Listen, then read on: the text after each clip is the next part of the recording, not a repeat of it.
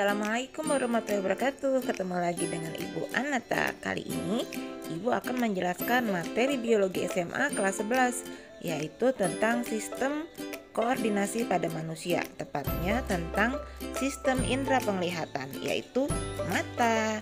Ayo kita sama-sama menyimak videonya, semoga bisa dipahami. Tujuan pembelajaran hari ini adalah seperti tampak pada layar.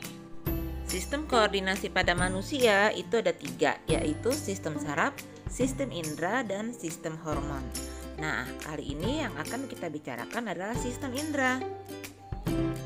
Jenis sistem koordinasi pada manusia lainnya adalah alat indera. Sistem ini terdiri dari indera penglihatan, indera pendengaran, indera penciuman, indera peraba, dan indera perasa. Masing-masing indera ini memiliki fungsi yang berbeda-beda. Di dalam organ indera itu terdapat ujung saraf yang sangat peka terhadap rangsangan yang disebut reseptor. Alat indera ini merupakan bagian dari sistem koordinasi pada manusia yang berfungsi untuk menerima setiap rangsangan dari luar. Reseptor kemudian akan meneruskan informasi tersebut ke otak. Nah, sistem indera itu ada 5. Yang pertama lidah sebagai kemoreseptor, kedua kulit sebagai tengoreseptor, dan yang ketiga itu telinga sebagai fonoreseptor, keempat hidung sebagai kemoreseptor, dan terakhir mata sebagai fotoreseptor. Struktur bola mata. Dinding bola mata itu terdiri atas 3 lapis. Yang pertama sklera, warnanya putih dan merupakan lapisan terluar, berperan dalam mempertahankan struktur bola mata. Bagian depannya transparan dan disebut kornea. Yang kedua koroid, berfungsi untuk memberikan nutrisi kepada lapisan lainnya karena koroid kaya akan pembuluh darah. Selanjutnya, koroid akan mengalami penebalan pada bagian anterior yang dikenal dengan nama badan siliar. Badan siliar ini berfungsi untuk memproduksi aqueous humor. Badan siliar ini disebut juga otot siliaris. Lapisan ketiga adalah retina atau selaput jala. Pada bagian neuroretina ini merupakan bagian yang memiliki fungsi sensorik. Dengan lapisan terakhirnya adalah sel-sel fotoreseptor. Di dalam bola mata itu terdapat aqueous humor, yaitu cairan yang mengisi rongga mata antara lensa mata dengan kornea. Kemudian terdapat juga vitreous humor, yaitu cairan yang mengisi ruangan antara lensa mata dengan retina. Dan yang ketiga itu terdapat lensa mata, bentuknya bikonkav dan terikat pada otot siliaris. Terus di situ juga ada iris atau selaput pelangi yang merupakan struktur berpigmen yang memberi warna pada mata. Pada bagian dalam mata terdapat kornea. Kornea adalah lapisan terluar mata yang berbentuk selaput tipis berwarna bening yang berfungsi sebagai tempat masuknya cahaya. Cahaya yang masuk ke mata melalui kornea kemudian diatur jumlahnya oleh pupil. Ketika cahaya yang masuk jumlahnya banyak, maka pupil akan mengecil. Sebaliknya, ketika cahaya yang masuk melalui kornea jumlahnya sedikit, maka pupil akan membesar. Selain pupil, ada iris yang memiliki pigmen yang memberi warna pada mata. Warna mata ini ditentukan oleh 2 hal, yaitu pigmentasi iris dan cara iris menyebarkan seberapa banyak melanin yang ada di mata. Semakin banyak melanin, maka akan semakin gelap pula warna mata. Warna mata yang paling umum itu adalah coklat, dengan persentase sekitar 55-79% dari populasi dunia. Kelainan pada iris mata itu disebut sebagai heterokromia, di mana mata memiliki 2 warna yang berbeda. Sekitar kurang dari 1% populasi dunia memiliki iris mata heterokromia.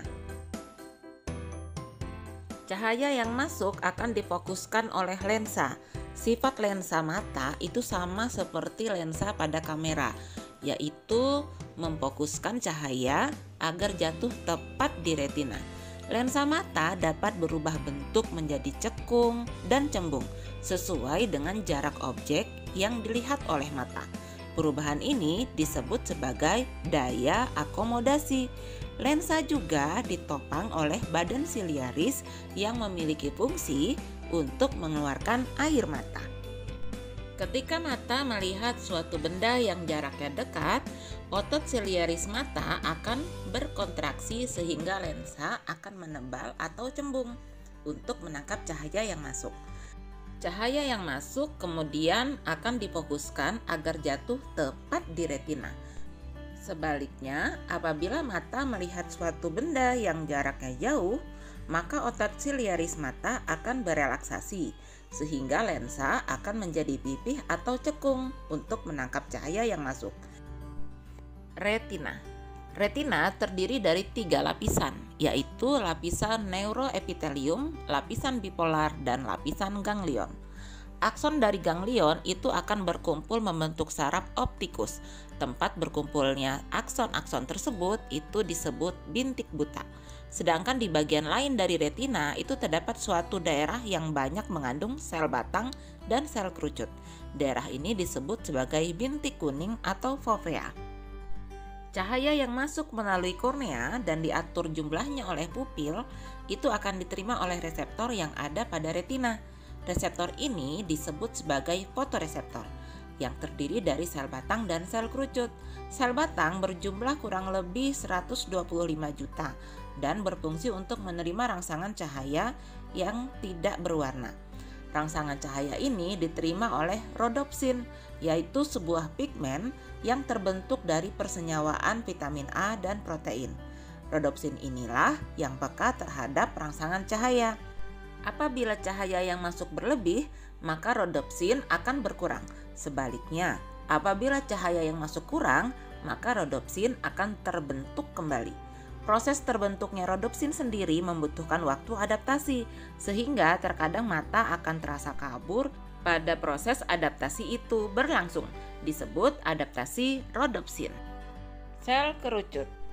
Sel kerucut berjumlah kurang lebih 6,5 juta sel yang mengandung pigmen yang disebut sebagai iodopsin, yaitu pigmen yang terbentuk dari persenyawaan retinin dan opsin. Terdapat 3 jenis sel kerucut berdasarkan kepekaannya terhadap warna, yaitu merah, hijau, dan biru.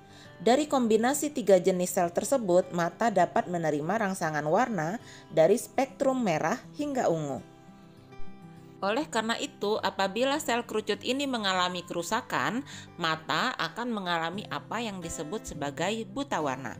Buta warna sendiri itu terdiri atas buta warna total, di mana mata hanya dapat melihat warna dengan spektrum monokromatik, yaitu hitam dan putih.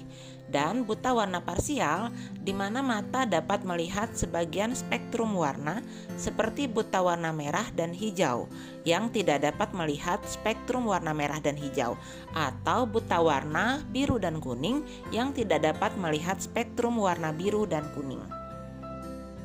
Mekanisme atau proses melihat. Cahaya yang masuk akan menembus kornea mata dan diteruskan melalui pupil, melewati aqueous humor. Pupil akan mengatur intensitas cahaya yang masuk, kemudian cahaya diteruskan sampai menembus lensa mata, melewati vitreous humor menuju retina. Cahaya akan jatuh tepat di bintik kuning retina, yaitu fovea.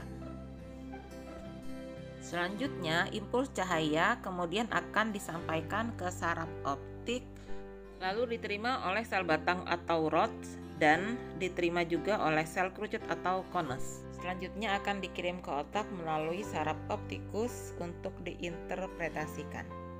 Selanjutnya, gangguan pada mata. Yang pertama, presbiopi, yaitu berkurangnya daya akomodasi mata karena usia lanjut. Penderita presbiopi tidak bisa melihat benda yang letaknya dekat ataupun terlalu jauh. Untuk itu ditolong dengan kacamata bifokal, yaitu kacamata yang terdiri atas 2 lensa.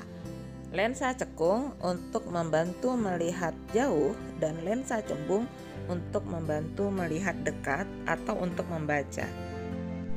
Hipermetropi adalah kondisi di mana retina lebih pendek dari yang seharusnya, sehingga bayangan jatuh di belakang retina.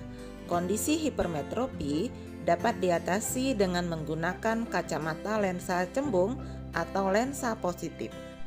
Miopi adalah kondisi retina yang lebih panjang dari seharusnya dan menyebabkan bayangan jatuh di depan retina, disebut sebagai rabun jauh atau miopi. Kondisi miopi dapat diatasi dengan menggunakan lensa cekung atau lensa negatif. Terakhir, astigmatisme merupakan kelainan akibat bentuk lengkungan pada permukaan kornea yang tidak merata, sehingga garis-garis vertikal dan horizontal itu tidak dapat difokuskan secara simultan.